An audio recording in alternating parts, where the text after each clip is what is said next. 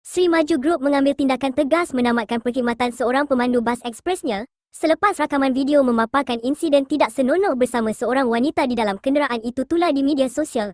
Dalam kenyataan rasmi dikeluarkan, syarikat pengendali bas berkenaan mengesahkan pemandu terbabit merupakan kaki tangan mereka dan kejadian itu berlaku ketika bas berkenaan sedang dalam perjalanan dari Terminal Bersepadu Selatan ke Larkin, Johor Bahru pada Ahad. Menurut syarikat itu, tindakan dalam video berkenaan disifatkan sebagai mengecewakan, membimbangkan serta melanggar prosedur operasi standard dan etika profesional pemandu. Keselamatan dan keselesaan penumpang adalah keutamaan kami.